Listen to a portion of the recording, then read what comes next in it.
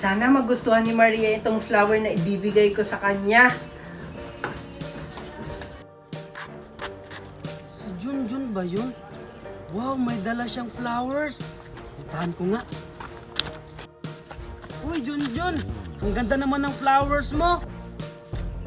Oo. Kasi special yung pagbibigyan ko nito.